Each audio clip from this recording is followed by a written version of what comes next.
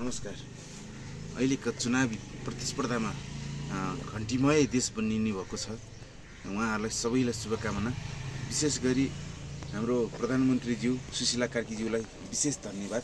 उहाँले यो एकदमै जटिल परिस्थितिमा यो चुनाव गराउनु भयो, उहाँलाई धन्यवाद। तैपनि जति जेनजीले उठाएका महत्त्वकांक्षी कुराहरू थिए त्यो कुरा चाहिँ पुरा भएको छैन नै। अब आउने सरकारले त्यो पुरा गर्ला नगर्ला आफ्नो ठाउँमा छ। तर महेश बस्नेतको कुराले एमालेभित्र असन्तुष्टि, केपी ओलीज्यूको कुराले असन्तुष्टि र शेरबहादुर देउवाको काङ्ग्रेसभित्र ठुलो असन्तुष्टि र त्यहाँका हरेक काङ्ग्रेसभित्रको आफ्नै विधाले असन्तुष्टि, माओवादीभित्र प्रचण्डको कार्यले असन्तुष्टि भएको कारणले रासपाले एकदम ठुलो बहुमतले ल्याउने तत्खरमा छन्। बहुमतै आउँछ होला सायद। यो आउनु राम्रो पनि हो, किनकि अलिकति विदेशीहरूले चाहिँ हस्तक्षेप गर्यो नि फेरि भेनेजुएला बनाउने सम्भावना छ। अब कस्तो तरिकाले यिनीहरूले काम गर्छन् भन्ने कुरा हेर्न बाँकी छ। हामी बहुमतै आइसकेपछि अब जे पनि हुनसक्छ। जस्तै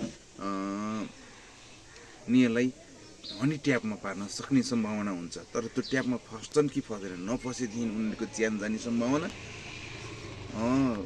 फसिहाल्यो भने देशको अस्तित्व गुम्ने सम्भावना। यी दुईवटा सम्भावनामा एकदमै चलखेल गर्ने सम्भावना बेसी छ। अमेरिका विश्वकै एउटा घातक देश बन्न गइरहेको छ अहिलेको नतिजाले हेर्दाखेरि। विश्वकै चाइना, रसिया, युक्रेन, अहिलेको इजरायल र इरान, त्यस्तै गरी भेनेजुएला, अनि त्यस्तै गरी विभिन्न देशहरूलाई चाहिँ उसले उल्टो सुल्टो रोल खेलिदिएर जुधाइदिने काम गरिरहेको छ। कोही आफै प्रत्यक्ष रूपमा सामेल भएर, कोही चाहिँ आफूभन्दा बाहिर बसेर पर्दाभित्र बसेर खेल्ने रोल गरिरहेको छ। यो बुझ्नु जरुरी छ। हाम्रो देशलाई कुनै देशको पनि परेड खेल्ने ठाउँ नबन्योस्, हामीले चाहेको त्यो छौँ। नत्र गगन थापाले यो देशमा सेना भित्रियो भने, परेड खेल्यो भने म थानकोट कटेर म बाहिर जानेछु भन्दा थानकोट कटाइदिएको छन् जनताले। यो पनि हेक्का होस्।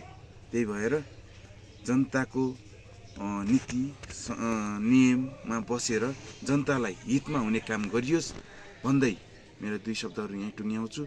सम्पूर्ण मतदातालाई धन्यवाद। तपाईँहरूले हाम्रो मनको इच्छा घन्टी बजाइदिनु भएको छ।